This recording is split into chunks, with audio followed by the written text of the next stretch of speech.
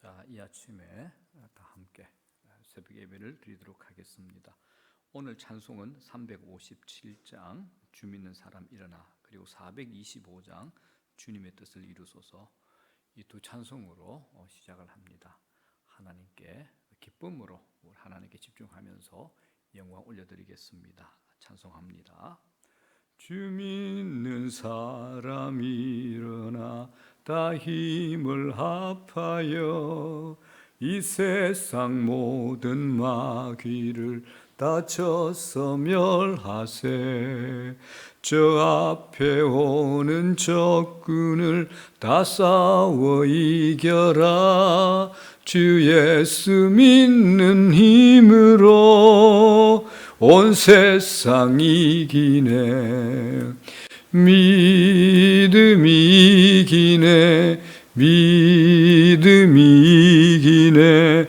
주 예수를 믿음이 온 세상 이기네. 온 인류 마귀 괴율로 큰 죄에 빠지니 진리로 띠를 띠고서 늘 기도 드리세. 참 믿고 의지하면서 겁없이 나갈 때 주 예수 믿는 힘으로 온 세상 이기네. 믿음이 이기네. 믿음이 이기네. 주 예수를 믿음이 온 세상 이기네. 끝까지 이긴 자에게 흰 옷을 입히고 또 영생 복을 주시니 참 기쁜 일일세. 이 어두운 세상 지나서 저 천성 가도록 주 예수 믿는 힘으로 온 세상 이기네. 믿음이 이기네. 믿음이 이기네. 주 예수를 믿음이 온 세상 이기네. 믿음이 이기네. 믿음이 이기네. 주 예수를 믿음이 온 세상 이기네. 425장 주님의 뜻을 이루소서 찬양합니다. 주님의 뜻을 이루소서. 고요한 중에 기다리니 진흙과 같은 날 빚으사 주님의 형상 만드소서. 주님의 뜻을 이루소서. 주님 발 앞에 엎드리니 나의 맘속을 살피시사 눈보다 희게 하옵소서. 주님의 뜻을 이루소서.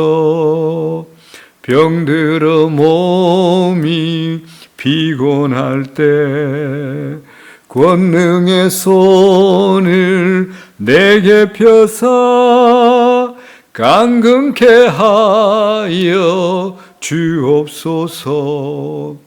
주님의 뜻을 이루소서.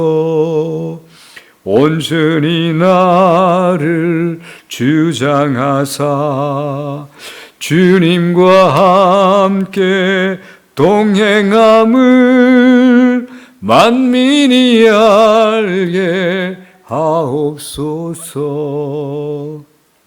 아멘. 주님, 이 아침에도 주님께서 저희들 위해 권능의 손을 펴주십시오. 우리를 어루만지사 우리의 연약한 마음, 연약한 몸, 연약한 의지를 주의 은혜로 강건케 하여 주시옵소서. 오늘도 주님과 동행하기를 소망합니다. 세상 사람들이 우리를 통해 소망을 발견케 하시고 우리 삶을 보는 가운데 자기 인생을 돌아보게 하시어서 어떻게 하면 그렇게 살 수 있는가 궁금증이 생길 수 있도록 우리에게 믿음과 은혜를 더하여 주시옵소서. 세상에 사는 방식, 눈에 보이는 대로 사는 것이 아니라 그보다 훨씬 높은 차원의 하나님의 관점으로 세상을 바라보고 하나님 마음에 합당한 인생 되기를 소원하오니 하나님 우리에게 이 믿음 주시옵시고 우리의 영적인 모든 부분들을 강건케 하여 주시옵소서. 오늘 하루도 예수 십자가 보혈로 씻어주시고 덮어주시옵소서. 예수 십자가 보혈로 우리를 시험에 들지 말게 하시고 우리를 악에서 구하여 주시옵소서. 오늘 하루도 성령 충만하며 성령의 기름 부으심을 힘을 입어 오늘 하루도 믿음으로 살아가는 저희들 되게 하여 주시옵소서. 주저앉지 말게 하시고 나약함으로 허덕대지 말게 하시고 세상 것에 두리번 기웃기웃거리지 말게 하시고 남과 비교하거나 비교당해서 상처받지 않게 하시고 하나님 자녀의 이 정체성을 가지고 내가 하나님께 받아들이짐, 내가 하나님의 자녀가 됨, 내게 아버지가 계신데 하나님이시며 그분이 내 인생을 책임지신다는 이 영적 정체성을 가지고 우리가 오늘 하루도 승리할 수 있는 저희들 되게 하옵소서. 감사합니다. 예수님 이름으로 기도드리옵나이다. 아멘. 하나님 말씀 구약 성경 민수기 27장 1절에서 11절까지 말씀입니다. 구약 성경 민수기 27장 1절에서 11절까지 말씀입니다. 구약 성경 242페이지입니다. 다 찾으시면 좋겠습니다. 민수기 27장 1절에서 11절입니다. 찾으신 줄 알고 제가 하나님을 경외하는 마음으로 받들어 봉독합니다. 요셉의 아들 므낫세 종족들에게 므낫세 현손 마길의 정손 길르앗의 손자 헤벨의 아들 슬로브핫의 딸들이 찾아왔으니 그의 딸들의 이름은 말라와 노아와 호글라와 밀가와 디르사라. 그들이 회막문에서 모세와 제사장 엘라셀과 지휘관들과 온 회중 앞에 서서 이르되 우리 아버지가 광야에서 죽었으나 여호와를 거슬러 모인 고라의 무리에 들지 아니하고 자기 죄로 죽었고 아들이 없나이다. 어찌하여 아들이 없다고 우리 아버지의 이름이 그의 종족 중에서 삭제되리이까? 우리 아버지 형제 중에서 우리에게 기업을 주소서 하며 모세가 그 사연을 여호와께 아뢰니라. 여호와께서 모세에게 말씀하여 이르시되 슬로브와 딸들의 말이 옳으니 너는 반드시 그들의 아버지의 형제 중에서 그들에게 기업을 주어 받게 하되 그들의 아버지의 기업을 그들에게 돌릴지니라.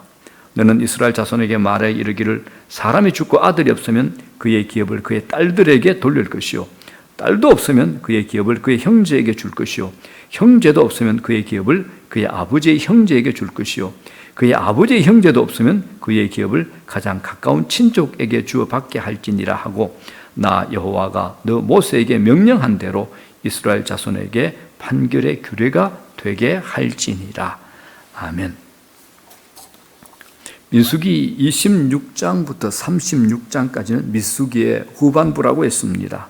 자, 그런데 이 후반부의 시작과 끝을 장식하는 인물이 오늘 등장합니다. 바로 오늘 나오는 슬로보핫의 5 딸들입니다.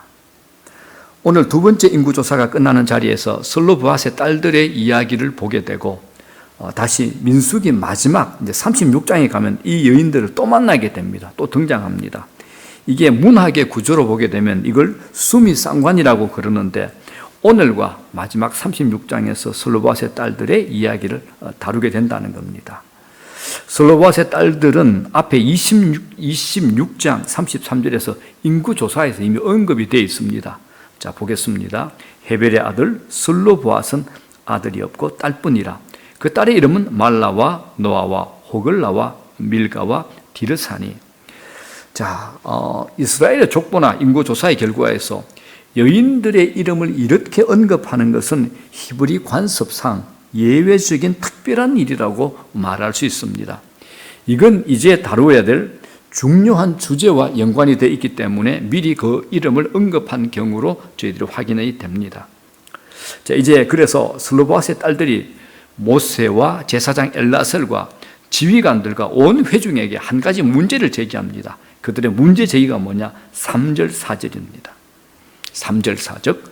우리 아버지가 광야에서 죽었으나 여호와를 거슬러 모인 고라의 무리에 들지 아니하고 자기 죄로 죽었고 아들이 없나이다.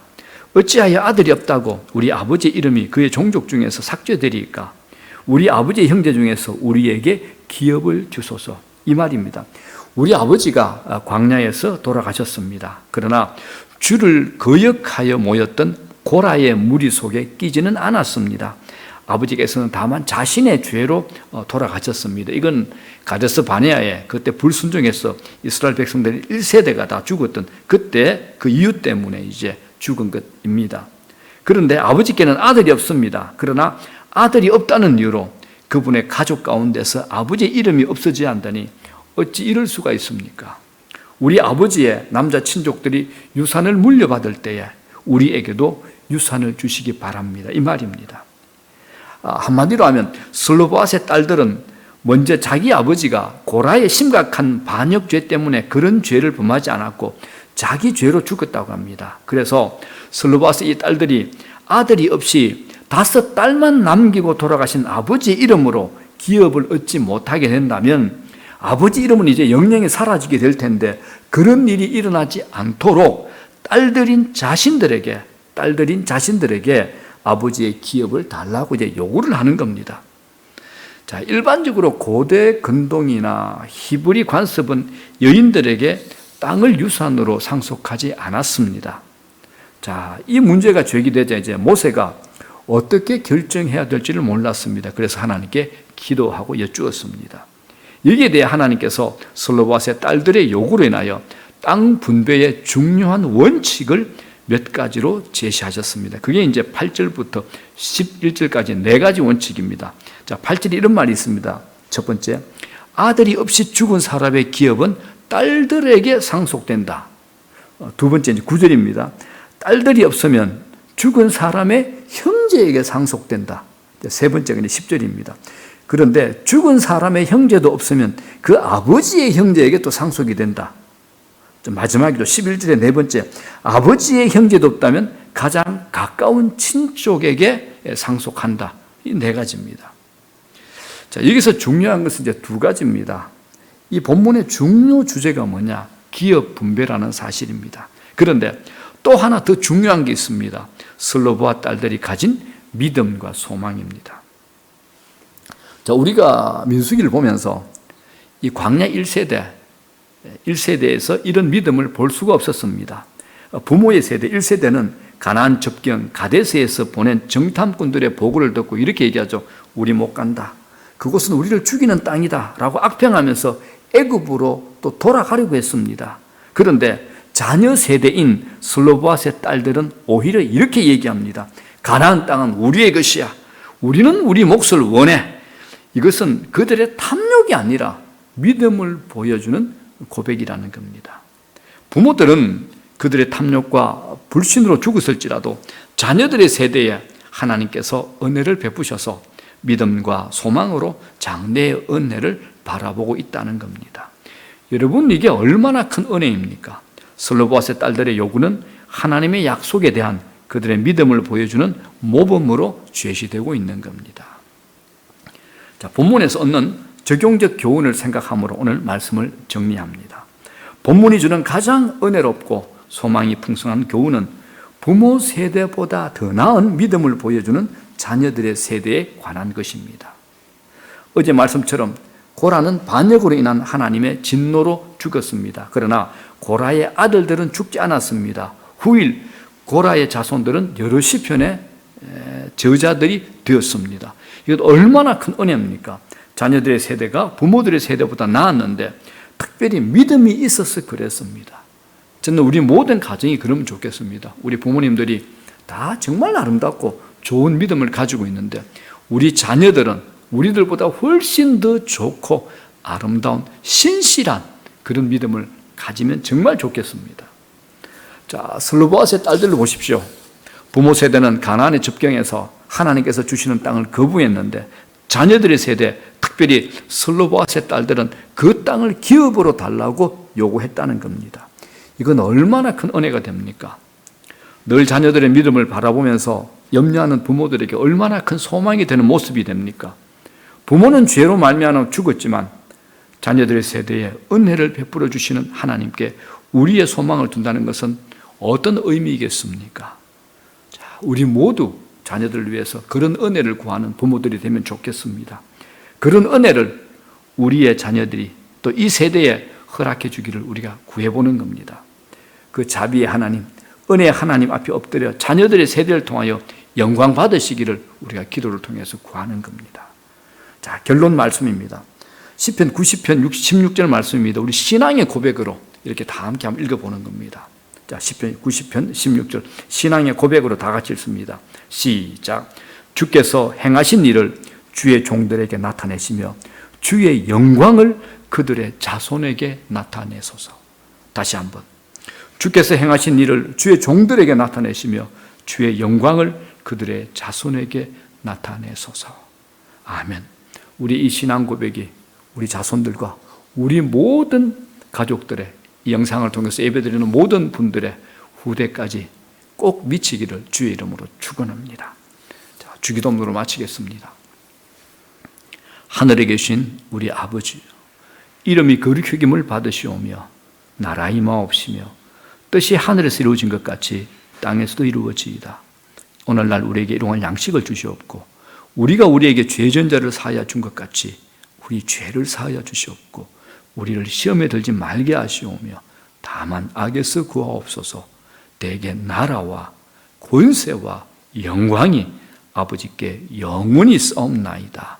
아멘. 오늘도 복된 은혜의 하루 되시기를 바랍니다. 감사합니다.